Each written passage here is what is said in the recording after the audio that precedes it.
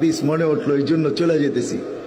হায় হায় হায়, আল্লাহ যখন পাহাড় তৈরি করেন তো ফেরেশতাদের চক্ষু কপালে উঠে গেছে, কেননা জমিন আল্লাহ পানির উপরে বিছাইছেন।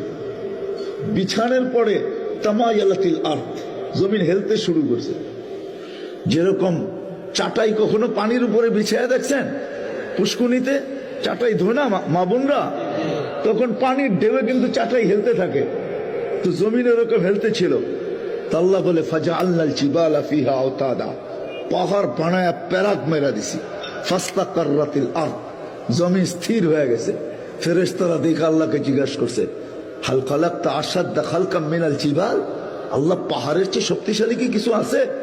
তো আল্লাহ বলে হ্যাঁ, আল হাদিদ, লোহা পাহাড়কে কাইটা ঢের করে দেয়। তো বলছে লোহার চেয়ে শক্তিশালী? তো বলছে আগুন, আগুন লোহাকে গলায় পানি বানায় দেয়। বলছে এর চেয়ে শক্তিশালী? বলে পানি। যে আগুনকে নিভায়া দেয়, বলে পানির চেয়ে শক্তিশালী? বলে বাতাস। কি? তো বলে এর চেয়ে শক্তিশালী? ওটা আমার মোমেন বান্দাকে দিছি, বলা যাবে না। তো ফেরেশতারা জিজ্ঞাসা করছে, আল্লাহ বলেন না।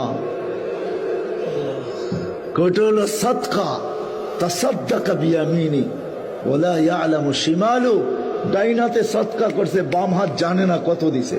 কেননা গুনতে গেলে তো 2 হাত লাগে, ঠিক না? ওই সদকা ওই বাতাসের চেয়েও শক্তিশালী। এই জন্য আল্লাহ রসুল চিৎকার দিছে, আসসাদকাতু তারুদ্দুল বালা। যত বিপদের জন্য প্রাচীর দাঁড় করাইতে চাও তো সদকা করো, সদকা তারুদ্দুল বালা। যত গতিতে আসুক, সদকা করতে দেরি, সে দুরবিত হইতে দেরি হবে না। তো মালাকুল মউত জিজ্ঞেস করছে, আমি তো আল্লাহকেও জিজ্ঞেস করছিলাম, আমারও তো এই প্রশ্ন যেটা আপনি করতেছেন। তা আল্লাহ বলে শোনো না, ভিক্ষুক কি বলছে? বলে ভিক্ষুকের কাছে যখন চাইছিল তো ওর চেয়ে 6 দিরহাম ছিল। কত? কত? ও জানে না, আল্লাহ জানে 6 দিরহাম ছিল। হাত দিছে, উঠায়া দিয়া দিছে, ঠিক না? ভিক্ষুক কি বলছে? আল্লাহ তোর বয়সে, কিন্তু 2 মিনিট পরে মউত। ভিক্ষুক দোয়া করছে কি? বয়সে। আল্লাহ কয় আমাকে দিলে তো 1-এর বদলায় 10-ই দিতে হয়, তো 6 দিতে 60 বছর বাড়ায় দিছি। কয় বছর বাড়ায় দিছি? 60 বছর বাড়ায় দিছি। মালাকুল মউতকে আল্লাহ বলে, তো দাউদ আলাইহিস সালাম বলছে একটু দেখান না রূপটা। তো বলছে সইতে পারবেন? বলে চেষ্টা করব। তো দেখাইছে, ফাগাশিয়া দাউদ, বাস বেহুশ। মালাকুল মউত দোয়া করছে, আল্লাহ হুশে আনেন, নাইলে কিয়ামত পর্যন্ত দাউদ হুশে আসবে না আলাইহিস সালাম। যেরকম আসহাবে কাহফকে আল্লাহ ঘুম পড়ায় দিছে, 9 মাস 309 বছর পর্যন্ত ঘুমের থেকে ওঠে নাই।